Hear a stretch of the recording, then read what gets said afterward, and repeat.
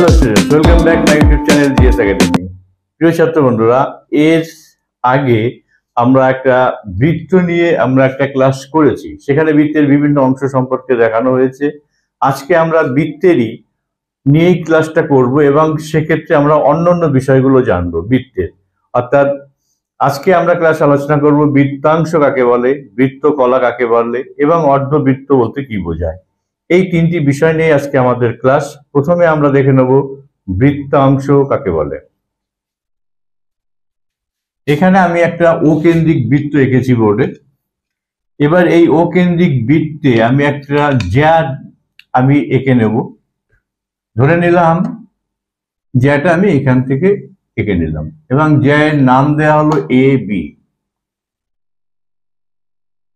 এখন এই জ্যা এই বৃত্তকে দুটি অংশে ভাগ করেছে, আর এটাকে আমরা বলি চাপ।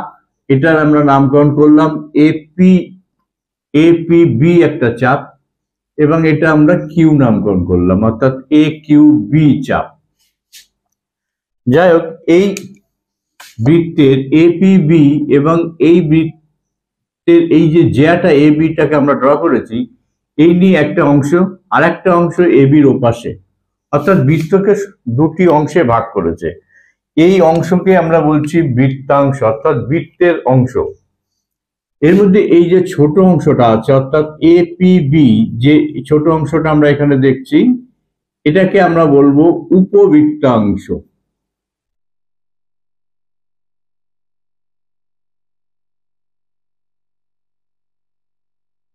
আর এই যে সাদা আমি যে জায়গাটা রেখেছি, অর্থাৎ বড় যে বৃত্তাংশটা আছে, এটাকে আমরা বলবো অধিবৃত্তাংশ।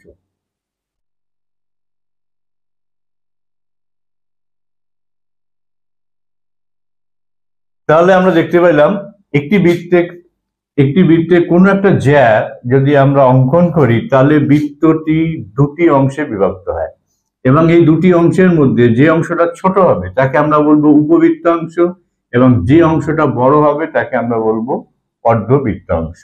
তাহলে সংজ্ঞাটা কেমন হয় আমরা দেখে নিই। বৃত্তাংশ সেগমেন্ট কোনো বৃত্তাকার ক্ষেত্রকে একটি জ্যা দ্বারা দুটি ভাগে ভাগ করলে প্রতিটি ভাগকে ওই বৃত্তের বৃত্তাংশ বলে। অর্থাৎ কোনো বৃত্তের একটি জ্যা ও একটি চাপ দ্বারা গঠিত ক্ষেত্রকে বৃত্তাংশ বলা হয়। এখন দেখে নেওয়া যাক বৃত্তাংশের ছবিগুলো কেমন হতে পারে। যেমন এখানে আমরা অধিবৃত্তাংশ মেজর সেগমেন্ট, এসি জ্যা এবং এডিসি বৃত্তচাপ দ্বারা গঠিত ক্ষেত্রকে অধিবৃত্তাংশ বলা হচ্ছে। এবার দেখে নেওয়া যাক উপবৃত্তাংশ ছবিটা কেমন হতে পারে। মাইনর সেগমেন্ট, এবিসি চাপ এবং এসি জ্যা দ্বারা গঠিত ক্ষেত্রকে আমরা বলছি উপবৃত্তাংশ।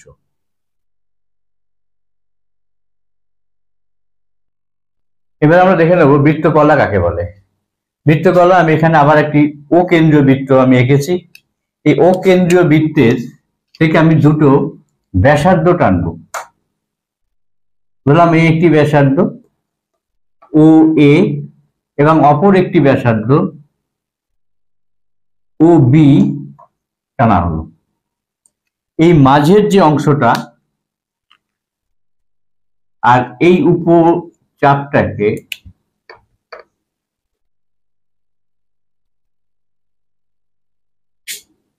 এবং এই চাপটার নামকরণ করলাম আমরা এপিবি চাপ, অর্থাৎ এপিবি চাপের এই চিহ্নটা দিয়ে দেওয়া হলো উপরে, অর্থাৎ এই চাপটা এপিবি। তাহলে এই দুটো রেডিয়াস, অর্থাৎ দুটো ব্যাসার্ধ, ওই বৃত্তেরই দুটো ব্যাসার্ধ এবং একটি চাপ দ্বারা গঠিত এই ক্ষেত্রকে বলা হয় বৃত্তকলা।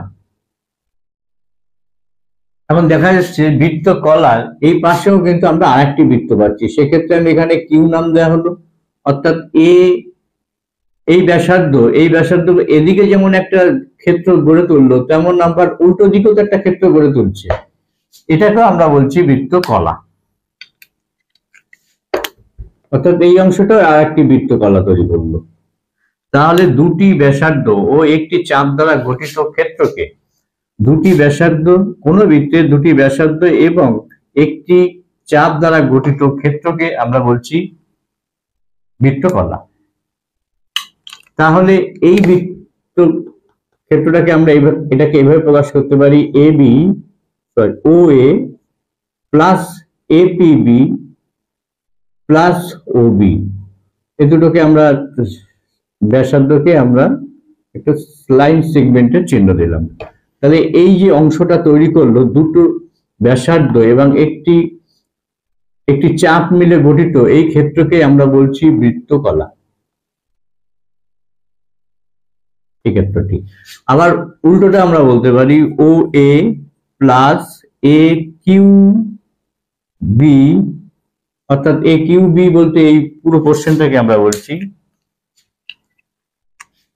পুরো এই পোর্শনটাই হচ্ছে এ কিউ বি। এ কিউ বি এই অধিচাপটা নিয়ে গঠিত আরেকটি ক্ষেত্র তৈরি করলো, সেক্ষেত্রে সরি এটা ও বি হবে, ও বি প্লাস ও বি নিয়ে তৈরি করলো অধিবৃত্তকলা বলতে পারি, বা অপর একটি বৃত্তকলা। এটাকে আমরা ইংরেজিতে বলছি সেক্টর, অর্থাৎ মেজর সেক্টর এবং মাইনর সেক্টর আমরা এটাকে বলতে পারি। এখন এটা এপিবি, তাহলে এটাকে আমরা বলছি মাইনর সেক্টর, আর এটাকে আমরা বলবো মেজর সেক্টর।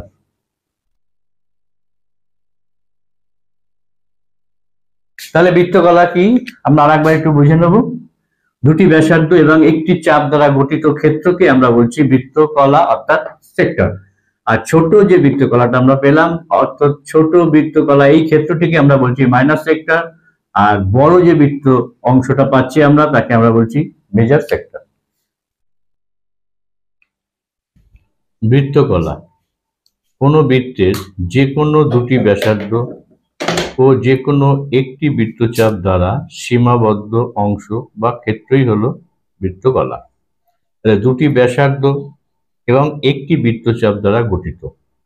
এবার আমরা ছবিটা দেখে নেব কেমন হয়।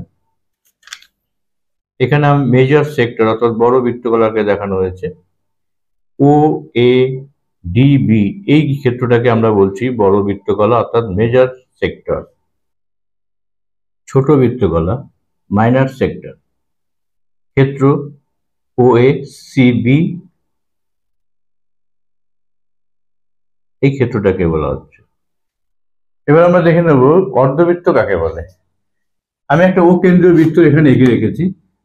এই ও কেন্দ্র বৃত্তের ও এর উপর দিয়ে আমি একটি জ্যা টেনে নেব। আমরা জানি কেন্দ্রের উপর দিয়ে কোনো জ্যা টানা হলে সেই জ্যাই হয় সব থেকে বৃহৎ, এবং একে আমরা বলি বৃত্তের ব্যাস, অর্থাৎ এটা অ্যাকচুয়াল ব্যাস। ব্যাস বৃত্তের কেন্দ্রের উপর দিয়ে টানা হয়। তাহলে বৃত্তের ব্যাস টানার ফলে এই বৃত্তটা সমান দুভাগে ভাগ হয়েছে, অর্থাৎ এদিকে যতটা অংশ আছে এদিকে ঠিক ততটাই অংশ আছে। এবং সঙ্গে সঙ্গে আমরা আরেকটা জিনিস পেলাম, আমরা ধরুন নামকরণ করলাম এ এবং বি, তাহলে এ বি, আর এখানে পি নামকরণ করলাম এবং এখানে আমরা কিউ নামকরণ করলাম। তাহলে এই যে দুটো চাপ অর্থাৎ এ বি বরাবর যে দুটো চাপ বিভক্ত হয়েছে, এই দুটো চাপ এ পি বি একটি চাপ সমান সমান এ কিউ বি একটি চাপ, অর্থাৎ এই চাপ দুটো সমান, এ পি বি এবং এ কিউ বি এই দুটি সমান চাপ গঠিত হয়েছে, অর্থাৎ সমান চাপ ও ব্যাস দ্বারা গঠিত যে ক্ষেত্রটা আমরা পেলাম এই ক্ষেত্রটাকে আমরা বলছি অর্ধবৃত্ত। অর্ধবৃত্ত কাকে বলে এবার আমরা দেখে নেব। অর্ধবৃত্ত হচ্ছে ব্যাস ও একটি চাপ দ্বারা বেষ্টিত অংশ। ব্যাস একটি বৃত্তকে সমান দুটি ভাগে বিভক্ত করে, যার প্রতিটি ভাগকেই আমরা বলছি অর্ধবৃত্ত।